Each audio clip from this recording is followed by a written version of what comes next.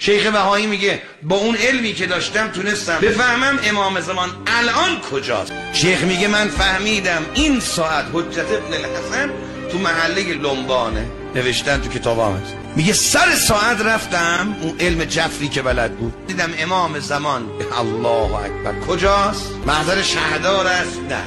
خونه ارباب است؟ نه. خونه پولدار جامعه است؟ نه. گفت یه گاریچی بود تو محله لنبون خربوزه میفروخت. دیدم امام زمان سلام الله علیه بالا سر این خربوزه فروشه وایسته داره خوشابش میکنه و خربوزه فروشم میدونه که این امامه. جاوه کنید هر کی مثلا آبرو در خونه خدا داره مثلا یه علامت خاص باید داشته که همه بفهمن، نه اینجوری نیست. ما یه حمال داشتیم به نام هالو پشت دیوار مصلای نماز جمعه اصفهان، قبر هالو مشخصه. این شبگرد بوده تو بازار اصفهان، پولش بازاریه میدادن که مغازه ها رو بگرده دوز نیا. اسمش هم هالو بوده، اللورای اطراف اصفهان هم بوده.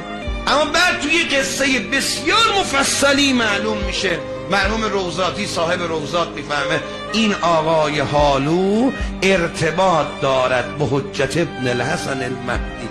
یک کسی هم هست که کفشم باش نبود، فقیر، گاهی گوشه بازارم میخوابید، هیچی هم مال دنیا هم نداشت، اما ارتباط داشت با امام زمان. مسخره نکنید، هم دیگر کسی رو با نگاه کم نگاه نکنید. امام صادق فرمود همونطور که شما با آسمان نگاه میکنید آسمان پر ستاره است، هی چشمک میزنه چقدر برای شما قشنگ زینا حال ناظرین، برای عرشیا هم رو زمین تو جامعه شما یه عده مثل ستاره ها میدرخشن. اینا مؤمنین ما اما گمنامه، اما در خونه خدا خیلی آبرو داره. مسخره نکنید هم دیگه، کسی رو با نگاه کم نگاه نکنید.